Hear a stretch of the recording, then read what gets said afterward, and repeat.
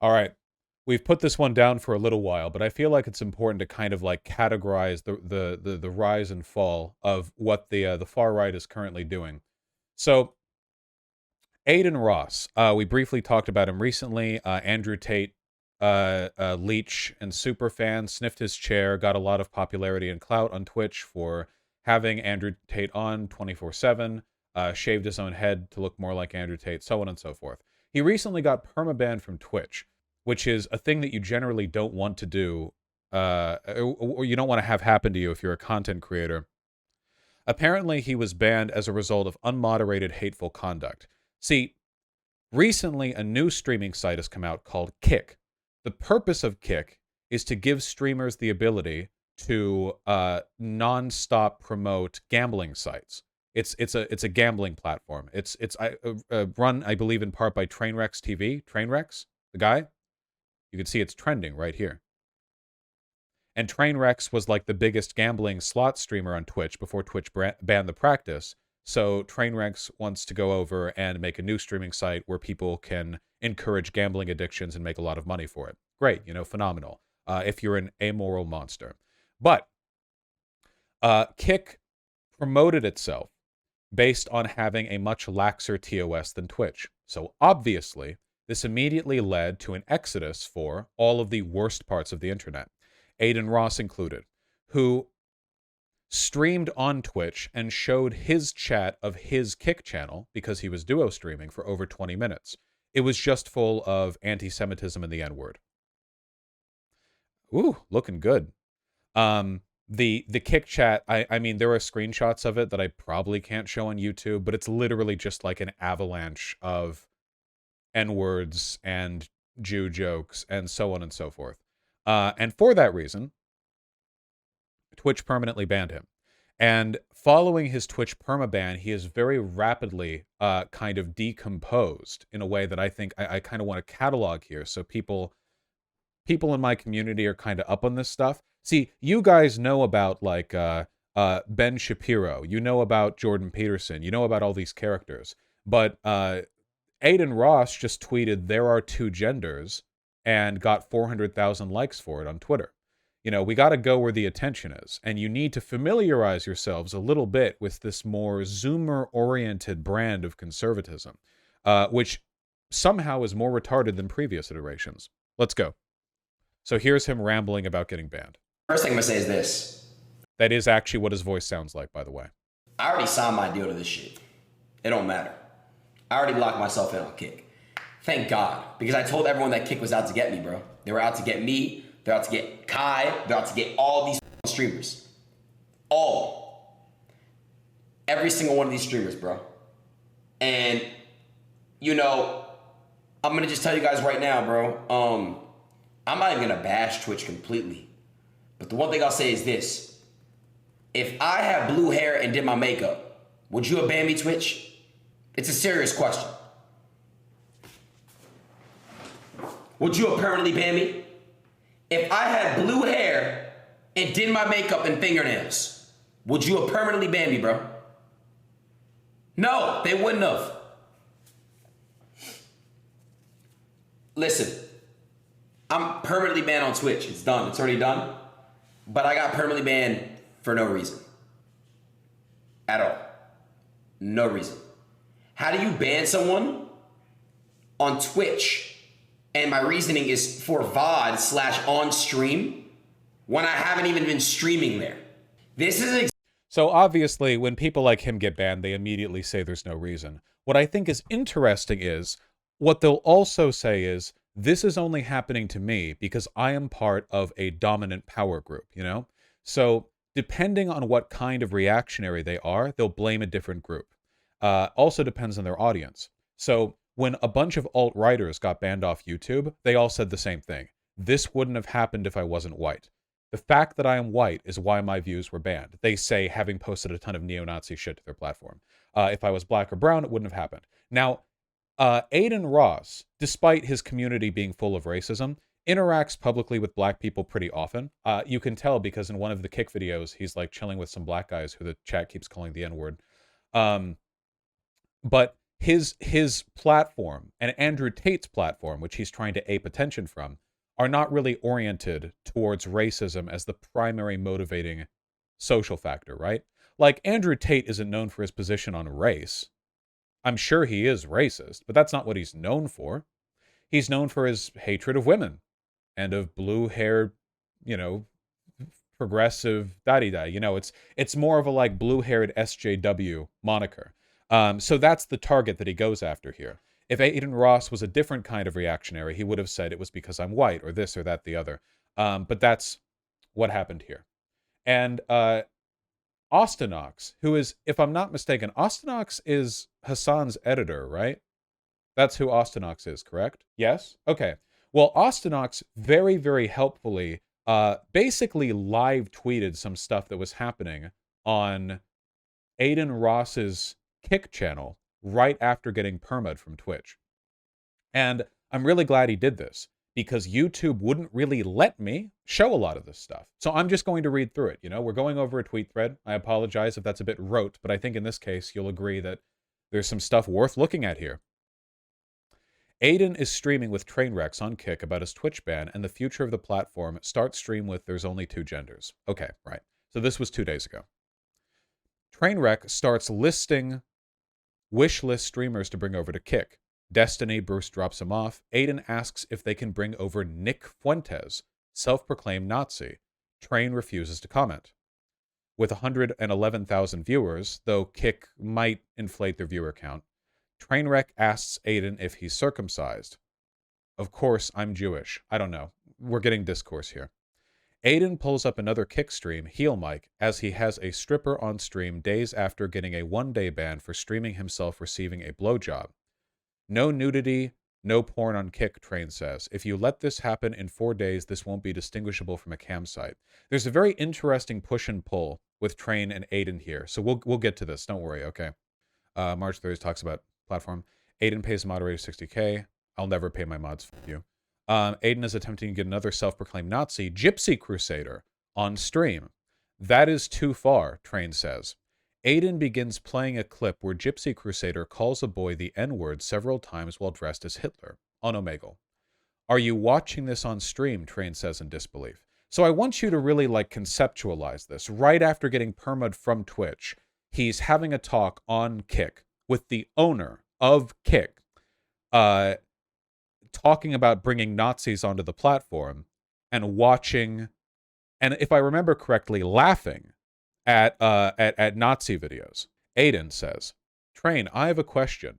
Can guys get raped? Train says, yes, guys can get raped. Adin says, can you give me an example? The mood shifts. We can talk about it later. Train leaves the call. Good discourse here. Adin hears that a friend of his, Neon, got swatted on Kick earlier today and laughs about it. He calls Neon on Discord.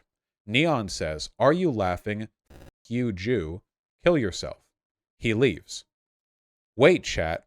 How do you know where Neon lives? What's his address? Adin asks. He then plays from his Discord a Soph video. For those of you who don't know, this is Soph, right? A Soph video. Soph, okay. So there was a guy who was a Nazi, and this guy was kind of like a schizo, kind of freaky, kind of mentally ill, and he realized, I want to promote Nazi talking points, but it would be a lot easier if I was instead promoting those talking points through a vehicle that Nazis are most interested in. 13-year-old girls. Soph's older brother groomed Soph into being a Nazi and used her to make a bunch of pro-Nazi YouTube videos before she inevitably got banned. I think Soph by now would be 18, maybe. I remember. Oh, this isn't a Soph video. It's just a rando. It's not Soph. Oh, some people are saying it's not actually Soph. Okay, it's a different Nazi girl then. But everything I said about Soph still happened. I feel like she looks like how I remember Soph. Whatever. Anyway, he then puts on Discord and watches a video where the lyrics, I don't think I can even say them out loud. I mean, you guys can read the white text down there, correct? It's Lieutenant Corbus, another little girl that got groomed. Isn't Lieutenant Corbus and Soph the same person? Yes, they are. Yeah, I thought so. I mean, we can all see the white text there, right? So he's playing this to an audience of like 100,000 or something. I feel like I'm microdosing what this person goes through every day, having to watch Tucker Carlson as her job. Adin picks up a call from a friend. Friend, hey, is the volume up? Adin, yeah. Friend, that shit was funny, bruh, but you know what today is? It was the day of hate. Hitler should have finished the job on you stupid K-slurs. Dumb Jew, kill yourself. He hangs up. Good discourse there. Trainwreck joins the call with Adin. Train says half of Twitch employees are on that extreme left wave, bringing their at-home politics to work. Adin says Twitch would have banned me if I wasn't so controversial. Train corrects him and says that it's pronounced controversial. Adin says, basically they're teaching their audience to be a bitch and a pussy, and you have to follow policy and follow rules. Shut the f***. No, motherfuckers, no. There are two genders, you hear me? That is how it is, bitch. Train tells him this isn't the hill to die on. I like how there's a dynamic here, because Train is not exactly the smartest or most ethical guy, but he also doesn't want Kick to immediately just become a Nazi platform, and he knows that Adin Ross would be their biggest get. So he's in this position of desperately having to, like, reel in the worst elements of Adin Ross's behavior. Yeah, Train is smart and stupid at the same time, for sure, for sure. Both arguing with each other. Adin wants to focus on giving kids crippling porn addictions. I haven't masturbated in months, chat, Adin says. I quit jerking off. Adin says, if I call a girl a dishwasher, right, that's not me being sexist. You know what sexism is. It means I don't like people based on their sex, which there are two of them. Train says, well, listen, see, this is what I mean. Sometimes you dig yourself into a goddamn hole. They go back and forth on wanting to love each other, talking about Kick's revenue split. Adin and Train's full wish list for streamers. Here's a clip. Sure. All I know is you have to talk to him about it. I don't want to say something. I don't know anything about The voice is Train. it, so I don't want to say anything. Like, he can explain that to you. I'm not sure. All I know is I do think he's somebody I do like, and I do think is undervalued and underappreciated. So I definitely want to get him over here. But yeah, if you want to ever talk to him, you can talk to him, and he'll fill you in. What about Nick Fuentes on this platform? I have no comments regarding that. Okay.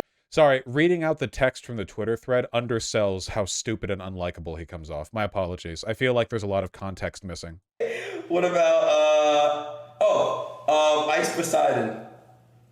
Yeah, I think Ice, dude, you have to. Oh, that was the end of the clip. Adin Ross and Fuentes apparently just chat. He'll call him up to ask questions on stream like any other streamer pal. Oh, just called up Nick Fuentes on Kick, apparently. Why is Twitter so slow? Elon! Now, I have a question for you. Okay, what's up? So, Nick, tomorrow is a thing called Day of Hate. It is basically a planned holiday to hate on Jews.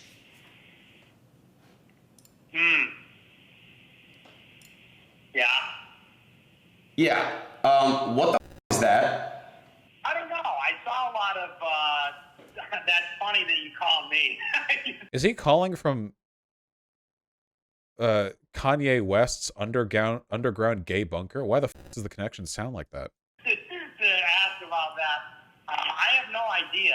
I saw something about it on Twitter today, but I've never heard of anything about that, besides, I think Ben Shapiro tweeted about it. So that's all I've heard about it. Okay. Well, yeah, nah, man. They wanted me to call you to ask if you're celebrating that. No, I'm not a hater. I'm a lover. No hate. Thank you, bro. True. How much longer does this go on?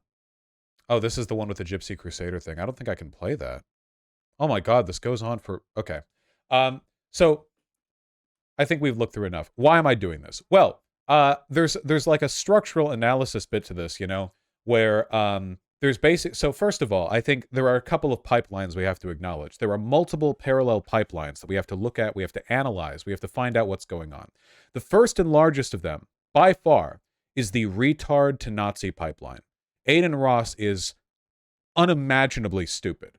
We've talked about a lot of people who are just plain dumb before, but he, there's always, there's no floor to this, right? Where, it is incredible the extent to which, he outpaces the competition on this particular one.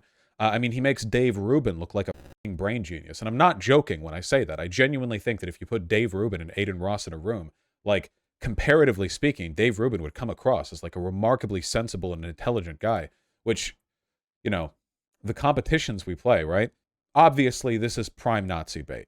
I think it's interesting how once again, this keeps being demonstrated like over and over and over and over and over again, how basically every time a social media platform that advertises itself as being a refuge for people who are being excised from TOS from other social media platforms instantly turns into Nazi bait.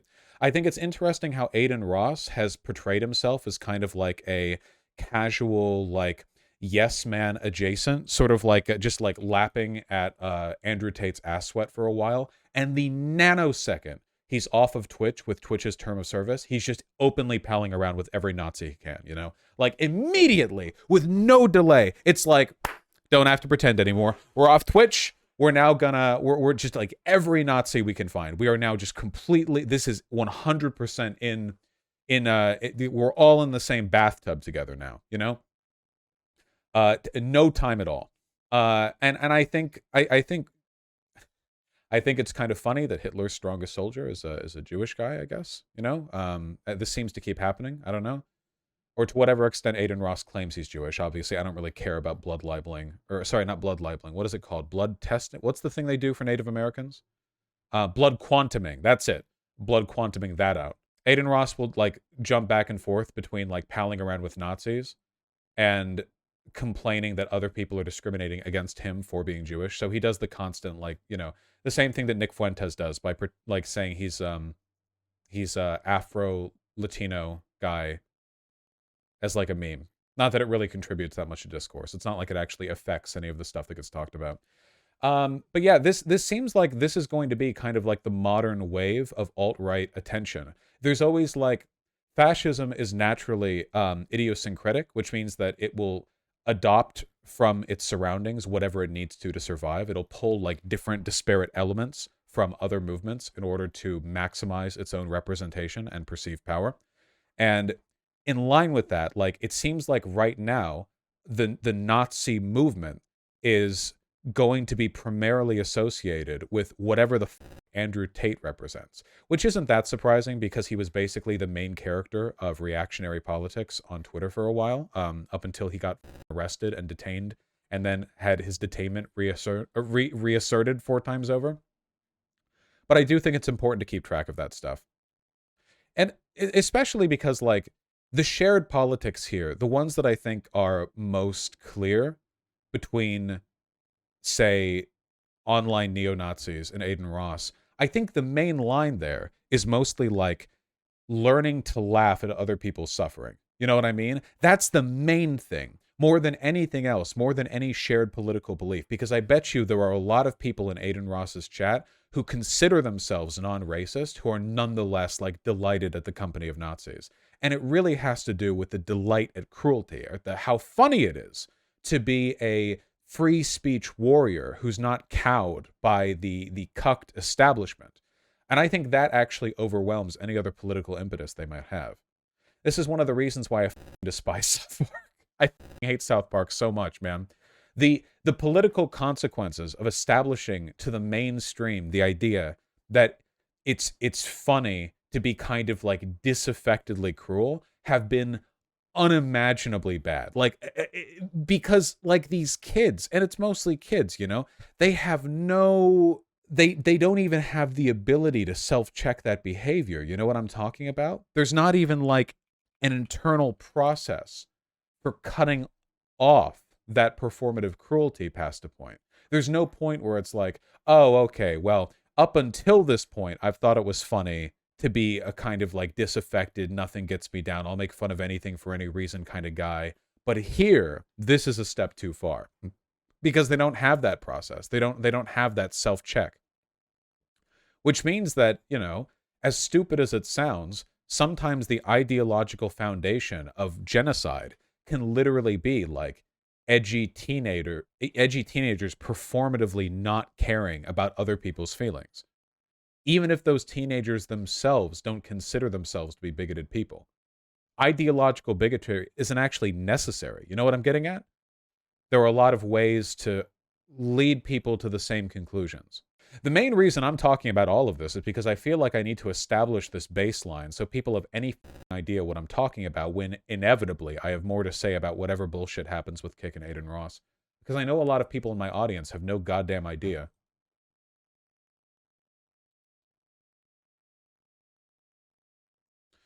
What's terrifying about this is Adin Ross has a young audience of 14 year olds. Yeah, Adin Ross's audience is primarily like babies. They're like infants, you know? Should not be giving kids that young access to the internet. Do you think actual Nazis were this myopic, or are Ross and Fuentes just particularly dumb? Well, Ross is absolutely particularly dumb. Ross is uniquely stupid. Nick Fuentes isn't stupid. But it has nothing to do with stupidity. If you were trying to move as many people over to the far right as possible, you wouldn't do so by trying to, like, educate millions of young people on the history of, like, Aryan supremacy, teaching them all of the dog whistles and all of the Holocaust denial talking points and blah, blah. Like, that's way too much ideological front-loading for a group of people whose primary characteristic is pretending to not care about things. In reality, you just have to weaponize their apparent not caring about stuff in the right directions, you know? Make them not care about trans people, or not care about blue-haired SJWs, or not care about this, that, or the other, because their performative lack of care there makes it really easy to then go, well, if you don't care, you know what those SJWs do care about? The threat of Nazis. We're not Nazis. We're just a bunch of fun-loving, goofy goobers who like wacky jokes and don't care about cancel culture. If you care about them caring about this, then really you're the SJW. So, and then this is, of course, just a road towards acceptance of those ideologies. The motto of the Italian fascist black shirts was me ne frego, which means I don't give a damn, nothing ever changes. Really? I didn't know that. Wow. I guess nothing does really change. Anyway, if you guys were ever wondering why I thought it was so important to develop on rhetorical lines that kind of like bring in young disaffected guys, this would be the reason why. Because oh my god, it is not like the kinds of people who ardently watch Adin Ross are doing well right now.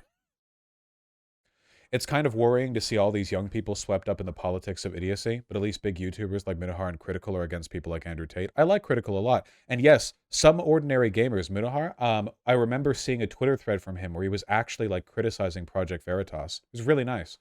I feel like, I don't know. I feel like they're both pretty cool. Yeah. My first interaction with some ordinary gamers was him retweeting a video calling me a so I feel like there's been a lot of growth there, you know?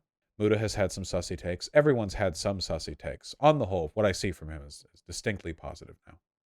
Do you still read Marx? I read all 3 volumes of Capital every day before falling asleep. I can do it very fast now. Do you think these young men will grow out of this? I mean, some of them will, of course. But that doesn't mean that there's no staying power to that kind of youthful disposition. And you never fall asleep, so? Yeah, that's why I never get any sleep. It's actually me just being a very good theorician.